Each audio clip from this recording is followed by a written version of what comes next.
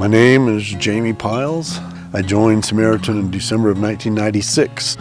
We were homeschooling our kids, and we were already thinking outside the world's box, if you will. And I saw a little tiny classified ad about this new kind of idea I'd never heard of before. My first reaction was, that's the kind of thing that we would do, isn't it? And so I finally called the number, talked to them, and the more I asked them questions, the more I liked their answers.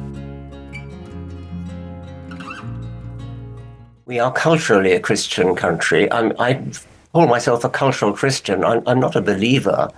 But there's a distinction between being a believing Christian and being a cultural Christian. And so, I love hymns and Christmas carols, and I sort of feel at home in the Christian ethos. I feel that we are a Christian country in that sense. It's truth that statistically the number of people who actually believe in Christianity is going down. I'm happy with that. But I would not be happy if, for example, we lost all our cathedrals and our beautiful parish churches. So I count myself a cultural Christian. I think it would matter. Certainly, if we substituted any alternative religion, that would be truly dreadful. That is Richard Dawkins, atheist, renowned atheist Richard Dawkins. That's not Russell Moore. That was not David French. Are you? That was Richard Dawkins. Do you know when this came out?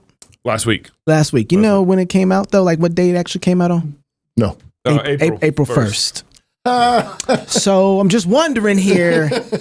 Is this? But it's a whole interview, and he was pretty serious the whole interview. So, yeah. Hey, y'all, welcome to Cross Politic on the Fight, Laugh, Feast Network. Good to be with you guys. We have, and it should be up on our website. Tell people the truth. You can't handle the truth. That's what I'm about to do right now. Our early registration deadline for our conference is April 15th. And then there's going to be another early registration deadline because you guys are so bad at signing up. Why are you telling me? We get 1,000 signups in July and August. You just told me to wait till the second one. I'm trying to get them. It's actually cheaper right now. It's the cheapest price. It's the cheapest spot. So it's going to go up a little bit and then a little up. I got to know how many people are coming to this conference because we got food and beer and all that stuff. So anyways, that's there. And then secondly, go to prodigalamerica.com. Prodigalamerica.com. Register. The other thing that's going on is we're actually doing a competition, a contest for people, and that should be on our website. The link I think has already gone out, but it should be on our homepage on prodigalamerica.com now as I'm talking. And you can go and sign up. And basically, if you can produce like a cinema style quality commercial, and you win. Commercial for what? For the Prodigal America. And you win. We'll for the fly conference. you and a friend out and pay for hotel and everything, whoever wins. Define cinema. Tickets. It's all defined there. Where you fill out the form. We define it all out. I thought you defined it. Well, no. Not anymore. I told him to make sure you defined it. Oh, no. Knox never did it, so I took with it, and me and Neil went and did it. No. So. No. Oh, boy. So people, like a trailer. It's like a trailer. Yeah, kind of like a commercial. We have examples of commercials that were kind of How long does it have to be? About 2 to 3 minutes is kind of what we're aiming for. Okay. Yeah. All right. Okay. So it should be fun. But the winner, there's first, second, and third place. The first place will fly you out to the conference. Right. You'll get to participate in our VIP dinner. Has to be good, though. So it has to be good, yeah. If no one wins, no one wins. So we also will reject all, I say that, and I said if no one's good enough, then we're going to, we reserve the right to say no to everything. It's in the fine print. Yeah. The mission of Armored Republic is to honor Christ by equipping free men with tools of liberty necessary to preserve God-given rights. In the Armored Republic, there's no king but Christ. We are free craftsmen. Body armor is a tool of liberty. We create tools of liberty. Free men must remain ever vigilant against tyranny wherever it appears. God has given us the tools of liberty needed to defend the rights he's bestowed upon us, and Armored Republic is honored to offer you those tools. So visit them today at ar500armor.com. That's the letters AR, the numbers 500, the word armor.com. I mean, I'm kind of torn about Dawkins because, this is what he was saying about 10 years ago. What's that? This is not new. No. This. Oh. Seriously saying that wine turns into blood. Mock them. Ridicule them. In public. Religion makes specific claims about the universe which need to be substantiated and need to be challenged and, if necessary, need to be ridiculed with contempt. Well, first, the first part, I'm wondering if he's just kind of a hardcore Protestant. I mean, like John Calvin and Martin Luther. I mean, maybe not Martin Luther. He's a little confused. Did you just call Richard Dawkins a hardcore Protestant? Well, I mean, he's making fun of the Roman Catholic doctrine of transubstantiation. Wine and blood. Wine doesn't turn into blood. Yeah. And the Protestants did mock that. But water does turn into wine. It can. Yeah. But not like every week. No. Well, Jesus did though. Yeah. Sure. Also, Jesus rose from the dead. Yeah. And also, the Red Sea parted. Right. But I see what you're doing here. I mean, the doctrine that of transubstantiation. Yeah. I mean, that isn't biblical. Right. And it is foolish. Right. But that's not what we want to talk about. That's not really what he was talking about. He was mocking the whole Christian faith. Yeah. And then now calls himself a cultural comes Christian. Out on April Fool's Day. Yeah. And says he wants apples and no apple trees. Yeah, right. Well, I was thinking about if you have to have the root that's connected to the fruit. You can't have the fruit. He wants cathedrals. That's right. He wants hymns. He wants Christmas carols. Mm-hmm. He wants a Christian culture. Well, yeah, he feels comfortable in it without the root, without the seed, without the heart that produces those things. I mean, why? I mean, cathedrals are glorious incarnations of a worldview. That's right. Of faith. That's right. I mean, why were people willing over generations? I mean, maybe you guys have seen these, documentaries on the building of cathedrals. years, 400 years. Generations of people who poured their lives out because they wanted to honor their creator. They wanted to honor their redeemer. Yeah. They wanted to honor Christ. Right. And so worship was at the center. These cathedrals were built frequently at the center. And they were willing to give their lives to that.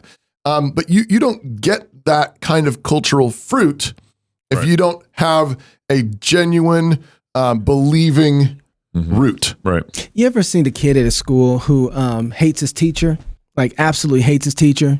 And they're like, oh, I hate him so much. And then the substitute teacher comes in and they hate that teacher far more than they hate their teacher. And they know that they have to live underneath the rule of that teacher is going to be far worse. And so that they fight their very best to make sure the teacher that they hated the first time, that they defend them, protect them, keep them in the rule that they have there. I actually sympathize and feel bad for Richard Dawkins because he's actually worked really hard to undermine Christianity in America, to change. He's at a conflict place right now because he's looking at the other side of this and he's like, the people that are coming in are going to have my head. Because you got to remember, got to go back here. The first group to experience the wokeism of our culture was not Christianity almost. It really was the atheists. That's where it was really a tried and plied at. James Lindsay talks about this. Where? So the atheist movement, woke culture infiltrated their systems, their environment, their culture. Because if you don't have a standard or anything, it's easier to seep right in, right? And so Richard Dawkins had made a comment or something, I think it was about a woman, and it didn't play so well, and they basically canceled Richard Dawkins. They came after him. They came after him and shut Richard Dawkins down. He couldn't speak, couldn't be platformed anywhere. Kind of something happened like that with Sam Harris, and all of a sudden there's this whole, James Lindsay talks about this. This is why James Lindsay is what he is right now. Everything that James Lindsay loved about the atheist movement was destroyed by... So he saw it eating itself already.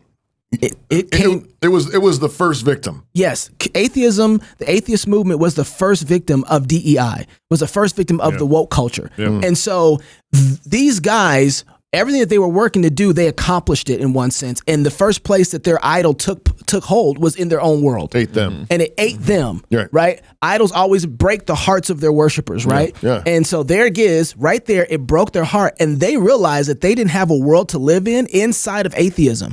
So then what Richard Dawkins does, he hides for a little bit because he doesn't have anywhere to speak. He's not selling any books. Interesting. James Lindsay, the whole, I remember the Shield Squad. I can't remember. Everybody's like, I deny my baptism. They did that whole thing back in the day. So James Lindsay sees this and he's like, wait a second. This movement is not just destroying atheism. It's trying to topple the whole structure of the world and replace itself as the God of the system. Mm-hmm. And so he's started by trying to warn everybody, do not go woke. And when I did the documentary with Founders, one of the first things that I picked up from him that he says in the opening of the documentary, he's like, if I want to destroy, like if I really want to destroy evangelicalism, the first thing I would do is make everybody go woke. Right. And he says in that interview he does with Michael Fallon, that's what destroyed us. Right. And so don't take the bait. And now Richard Dawkins is saying, if we're going to get back to the good old days, where I can debate Christians and talk about how horrible they are, and get platform, and mock them, mock Roman Catholics, and mock Roman Catholics, and hopefully destroy evangelicalism. Well, it's really weird because even Christopher Hitchens didn't want to destroy it. Yeah. No, I was just thinking about that. I remember that. But at the very end of the movie, right? Yes. Collision with Doug. Collision with Doug. Where he's the movie Collision. It's a documentary of Pastor Doug Wilson and Christopher Hitchens. Yes. In the backseat of this limo or car or something, and he says, you know, if I could make it so that there was not one single believing Christian left in the world, I wouldn't do it. Right. I don't know. Yeah. And I don't know why exactly. He's like, I don't know why, but I just wouldn't do it. Yeah. Because, I would love to know why. Yeah. But I think with Dawkins is that he sees there is no world for him to exist outside of a Christian world. Yeah. Do what? Make what? Yeah. Build what? Right. What hymns? Mm-hmm. Why does he like, think about that. He likes hymns. Yeah. And Christmas carols. There's singing about Jesus. Yeah. And he likes them. Well, secularism's dead.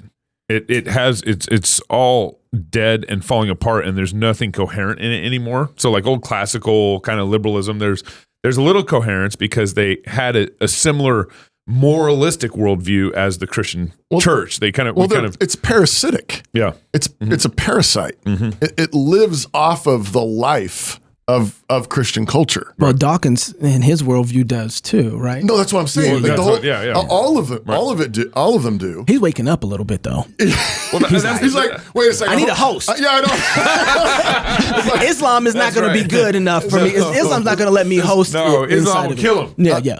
I just my thought was as I watched this. My thought was, everybody's a Christian nationalist. That's my thought.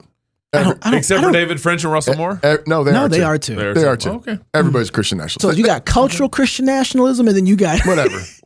It's like, do you want to live? Do you want to live in a land where it's illegal to steal and kill? Yeah.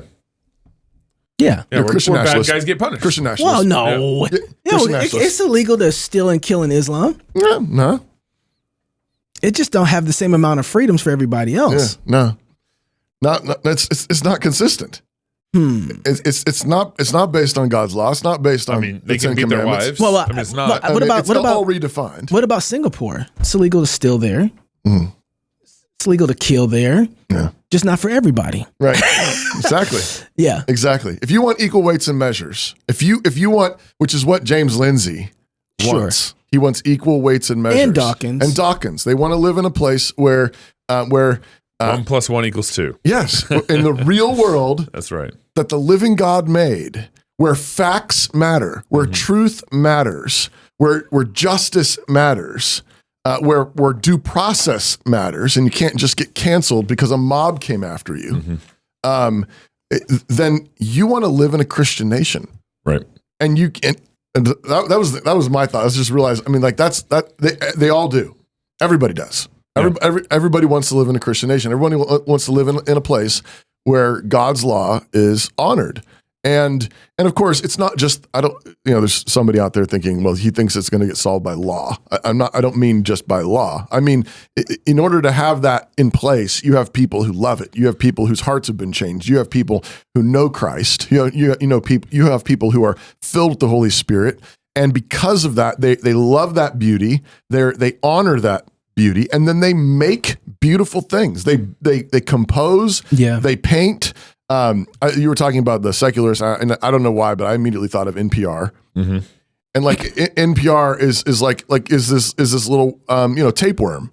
Yeah. They're playing all this Christian music, and they hate the God that Christian music was written. Not all of it, but a lot of it was written to honor. Yeah. All right, that's it. Dishonor on your whole family. Make a note of this. Dishonor on you. Dishonor on your child. Hit that button. Dishonor on everybody. Does he say dishonor on your cow? Dishonor on your cow? Yeah. I think of that as like Deuteronomic curses, right? Yeah.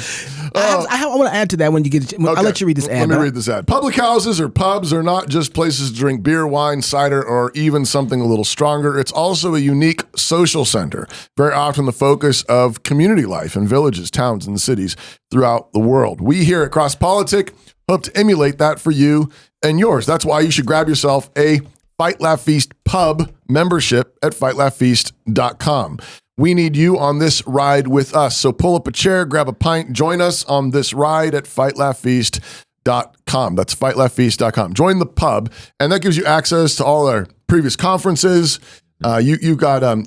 We're starting to put some FLF University classes. University back in the classes. portal. We've got a lot of Important. backstage conversations with guests, and it's a way that you can support us and just be part of the party. So when I heard this clip, the first thing I was thinking about, believe it or not, was I think what's waking Dawkins up and what he sees better than I think most of the Christians will see is the eschatological realities of the worldviews, right? Yeah. And for whatever reason, we try to have these conversations in Christendom like they don't matter. We don't like to actually, we have eschatological debates for fun. Yep. Right. Oh, that's fun. That's a great idea. That's a great choice. I think you had that one. That's cute. Ha ha ha ha. Yeah. Oh, you can have that. You can be this. No. They actually have real implications. And I think Richard Dawkins is saying, wait, the eschatological reality of the secularist is actually here. And I don't like it. And I think Christians are saying, well, the eschatological realities really don't matter because we don't care what happens necessarily in the near future anyway. Right? We actually need this to happen in one way or another. So who really cares? And I think there's another group that people, and this is why, who was it that was attacking Moscow? Oh, it was Kevin DeYoung and a few other people. When they attack Moscow and when they attack the Moscow move, they always tie in our eschatology and theonomy and even Ligon Duncan. They always tie it all together, right? Yeah. Because Ligon Duncan is basically saying the thing that not Christopher Hitchens, but Dawkins wants is impractical, right? Which is kind of hilarious. Yeah. Whereas atheists is sitting up here saying, "No, we need that. And we it's need more hymns, please." Cathedrals. I'm not going to say I'm a Christian. I'm just, I like it culturally, and so keep it up. Let's keep that. And then these other guys that are saying like, "Yeah, it doesn't matter. We'll just worry about the gospel and preaching that and kind of keep our little." And the atheists over here saying, "No, you don't understand. If Christianity doesn't have a eschatology that actually holds together the current reality of Christianity, I don't get to speak against y'all." Right. Right. I need freedom. I need freedom. I need the First Amendment. I need the Second Amendment. I need all this. Now, Dawkins, of course, is not American. But that's still the same thing. Listen, he still wants it. I still want it. Even American or not. You're absolutely right. And the thing is so like, and even in the clip about mocking mercilessly, mocking these things. So, mockery doesn't exist. You got it. That's right. If you don't have transcendent standards, if there's actually not right and wrong and right side up, and I'm not saying I'm not saying all mockery is good or virtuous or true. Yeah. But I'm saying it doesn't work. We've talked about this with comedy. Like humor, comedy doesn't work if there's not a right side up. If everything's up for grabs, then nothing's really odd. Everything's odd. But it's because God made a normal world that comedians come along and say, "Isn't this funny?" And they point out the oddities because there is a norm, because there's a normal world which assumes morality, which assumes God and a created order. Yeah, I'm in a weird spot because I don't know what to do. I mean, I do. I don't really care what Richard Dawkins says. I never have anyway, one way or the other. So he hasn't, helped my worldview. I think he's just a touch point for me on the map of, it's actually going the way that I think it should go. Right? He's a touch point for me that, this is reality. Even the atheists are seeing the world, unfortunately, better than some of my Christian brothers in the world. One of the things you got to watch. So I don't know what to do with him. In one sense, like I got to figure out what do we do with Dawkins? Was it this guy who's like sidekick became a Christian not too long ago?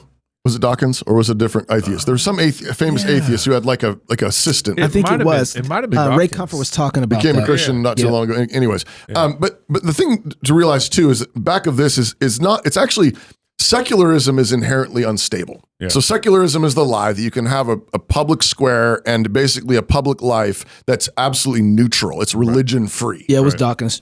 his assistant. Yeah. Josh Timonen. That's interesting. So that's interesting. Curious to see what happens. But the thing is, secularism is inherently unstable. It's like saying we can have this space where there's no God, which is just silly. Okay, it's like saying you can have this, you have some place without any gravity, without all these things. It just doesn't work. But what you have is actually happening for Dawkins is he's watching, particularly in England and in Europe, is in the place of a so-called secularism, you've had a massive infiltration of Islam. Right. So, So later in this interview, he brings up the same 6, interview that 6,000 temples, mosques are under construction right now. But that's the thing is, which is like, that's how you take over. In a Christian nation, that might be illegal. Abraham knew how to use centers of worship to take over lands. Yeah. So nature abhors a vacuum. Nature abhors a vacuum, which means wherever you have the creation of a so-called vacuum, reality is going to rush in. Yeah, right. And people are made in the image of God naturally are worshipers. We are worshiping beings. We're either going to worship the true God or we're going to worship idols. Right. That's just facts. And so when you have people pressing for secularism, a neutral public square, a naked public square, inevitably what's going to come in, if they're primarily trying to keep the Christian God out, is idols. Right. And that's precisely what's happened in these historically Christian nations as they've basically tried to suppress Christianity. Right on target, idols come in. Right. And basically the supreme God of the current idolatrous pantheon is Allah. And so that's the paganism that's come rushing in. And I think that's really what he's starting to see. Yeah. We should talk about the last battle again. Yeah, this is what C.S. Lewis talked about in the last. Illustrates in the last battles. You have this faux secularism, this attempt at all religion is just pretend, and then it turns out it's not. That's the lie of secularism. It's all pretend. It's really not. And you play around with that lie long enough, and the real gods show up. It's funny you bring that up because I was thinking we talked about this earlier, which is this is R.R. Reno's whole point of his book, Return of the Strong Gods. And Gabe, you made a really good point. I was hoping you were going to say it on the show, but you didn't. Which was secularism is dead, and the real real battle, the real clash is Islam and Christianity. Right. Because if you got 6,000 temples going or whatever they're building, mosques going up, and plenty more, which is what the LBC lady said on the show. And Christianity, what people aren't seeing is it's not as dormant as they think. There is a remnant that is building, right? I mean, there's a remnant that's homeschooling, that's actually honoring God, covenanting together. That is strong and it's powerful. And you have the culture along with it. There's going to come a point where these two are hitting directly, right? And so you're going to have a whole, and I think Dawkins is seeing that and saying, I don't want that other worldview to win over against Christianity. There's something else though. I was thinking about this. What do you, I still want to go back to this. What do you do with Dawkins? Is he, because here's the deal. When you look at guys like Russell Moore, you guys, cultural Christian folks, they're kind of, in one sense, I kind of feel closer to Dawkins and understanding the reality of our situation than I do to these guys who you're supposed to be in Christ with. Man, what are you doing? It's the vibe shift. I mean, first you're friendly with Andrew Clavin, and now you're buddying up to an atheist. Yeah, I know. Come on. Yeah, no, but explain yourself. Even a broke clock is right, twice. You're a broke clock? What do you mean by what do we do with him? Well, because what do you mean by that question? Well, because in one sense or another, the whole ground has shifted. I wouldn't have thought that in a documentary that I was making that I would find that atheist that can explain the situation of wokeism and woke culture and secularism entrenching the church better than Christians. Right. Mm-hmm. Okay, I wouldn't have thought 15 years ago that what guy was shooting at. Mm. And now he's over here telling the Christians, please don't do it. Don't do it. And they're up here like, we're going to repent one more time for slavery and we're going to, we need to hear black voices, right? Like, well, and all the, give me the black 6. Yeah. We got these things that are here. And the atheist like, what are you guys doing? Right. And his ethical. Well, you have all these Christians saying, there's no such thing as Christian culture. There's no such thing as a Christian nation. There's no such thing as Christian nation, no such thing as Christian culture. And don't you know? It's like, I want to sing hymns. and you're spending all that money on cathedrals. Yeah, exactly. Right. You could have spent it on missions and evangelism. And he's like, we need that Christian cathedral. Right. Right. And there's a reality to, and this is what I mean by this too. Richard Dawkins' historical, just say from a literary sense, maybe same thing with what's his name, Jordan Peterson, has such an appreciation for what Christianity has built, right? That they can't just let it go, right? You see what I'm saying? Yeah. And you have Christians who believe in Jesus who are like, who cares whatever we built? Yeah, doesn't matter, right? And you're like, and in that sense, you're like, wait a sec, yeah, I feel closer to that guy. Well, yes, yeah, and I know that I'm not. I am blood connected to the guy who's like wants to poo-poo all over Christianity. Right? That's the thing. I'm connected to that guy covenantally. Dishonor on your cow. All right, that's it. Dishonor. Dishonor on your whole family. Make a note of this. Dishonor on you. Dishonor on your cow. Dishonor on everything. Yeah. But I think you see what I'm saying? Yeah, I do. I think the connection though is I do think that you can have these people that you recognize. I'm gonna spend eternity with them. Like they're believers. We're going to go to heaven together. Love to spend eternity with Dawkins too. And we're all going to sort it out. And Lord willing, Dawkins comes. We welcome you. Comes all the way. But I think there also are places where we can say, I mean, Jesus says this in the Gospels. The children of this age are wiser than the children of the kingdom. Come on, man. And so I think there are places where we say, this guy sees reality more than the people who ought to see. I mean, we ought to see reality. Right.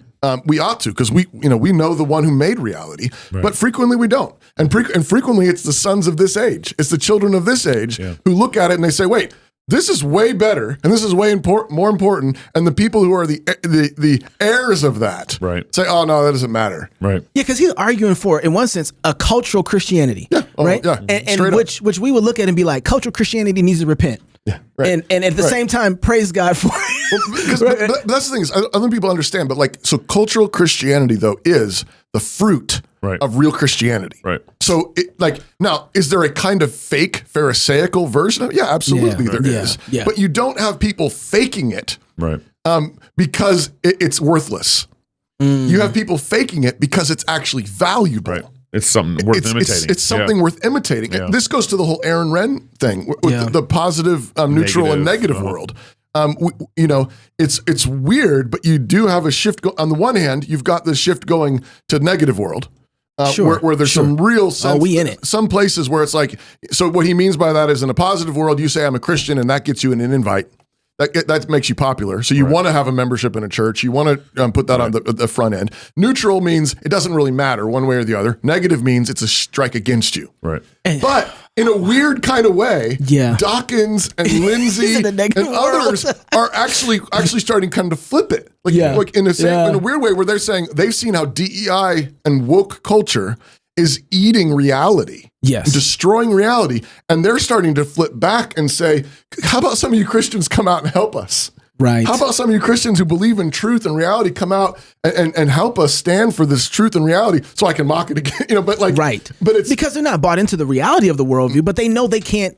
They're a parasite that needs the host to exist. Yeah. Right. Like that's what it is. Their worldview is that. Exactly. And they need it to exist. And if it goes away, they go away too, and they understand that. Gabe, man, you want to say anything? No. That was it. No. That was it. He's done. I'm there. Okay. All right. If you're single, get married. If you're married, have you some kids. And if you have kids, go baptize them. Until tomorrow, love God with all your heart, soul, mind, and strength. Love your neighbor as yourself. Go fight, laugh, and feast. This is Cross Politic. When tyrants take over, what's the first thing they do? Disarm. It happened in Russia, China, Germany, and most recently, Afghanistan. Why? Because disarmed people are easier to control. And over the last century and a half, American tyrants have been carrying out a slow, methodical disarmament that no one is talking about. State education. Tyrants know that education is warfare. Our rulers have a vested interest in making you totally harmless. They've got big plans and they don't want you getting in the way. Think about it. Would you rather fight an army decked out with high-powered rifles or a bunch of dinky water pistols? They know that if you can think critically, you're a threat. At New St. Andrews College, we want to graduate men and women who are dangerous. Dangerous to the world, dangerous to the principalities and powers, dangerous to spiritual wickedness in high places. Education can either arm you or disarm you. It can make you a threat or make you a useful idiot. So, where you get that education counts. Click the link to apply to New St. Andrews College today.